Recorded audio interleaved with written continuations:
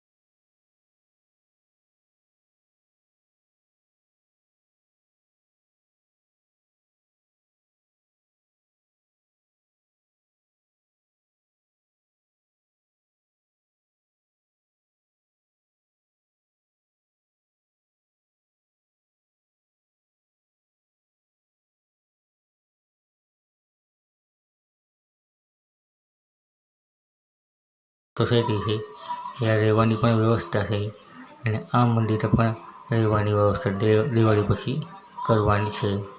તો જે કોઈ લોકોને આ મંદિરમાં ફાળો આપવો હોય, કંઈ લખાવવા હોય, તો ઓફિસમાં જઈને તમે લખાવી શકો છો, અને તેની પણ તમને મળશે। તો આવા નવા વિડીયો જોવા માટે અમને ફોલો કરજો અને આગળ શેર કરજો।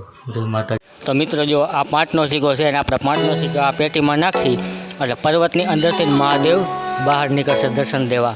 તો જો આપણે આ 5નો સિક્કો આ પેટીમાં નાખી અને હવે મહાદેવના દર્શન। તો મિત્રો, જો આ મહાદેવના દર્શન થઈ ગયા, હવે મૂર્તિ અંદર પાછી જાય। આમાં 5નો સિક્કો નાખવાથી મહાદેવ બહાર પર્વતમાંથી નીકળે છે। તો મિત્રો, જો અહીંયાથી પાણી આવે છે, અને પાણી એકદમ મીઠું પાણી છે। ઉપરથી આ એક ચમત્કાર છે, પાણી આમાં નીકળે છે, આ ક્યાંય મૂકેલું નથી પાણી।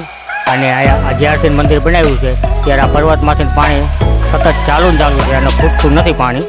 જુઓ, અને ઉપર પણ જોઈ લ્યો, ઉપર પણ બધા મૂર્તિ ભગવાનની અને સાધુ મહાત્માની મૂકેલી છે। ઉપર સિંહ પણ છે, જુઓ। હાલો, અહીંથી હવે આપણે આગળ જઈએ।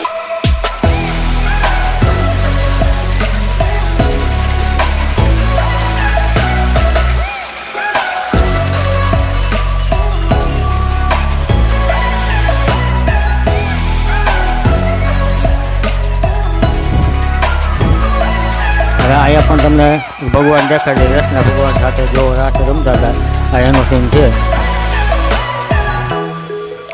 હવે મિત્રો આપણે આગળ જઈએ। હવે આયા તમને એક વસ્તુ બતાવવામાં આવે છે કે તમને મજા આવશે. છોકરાઓ બાળકો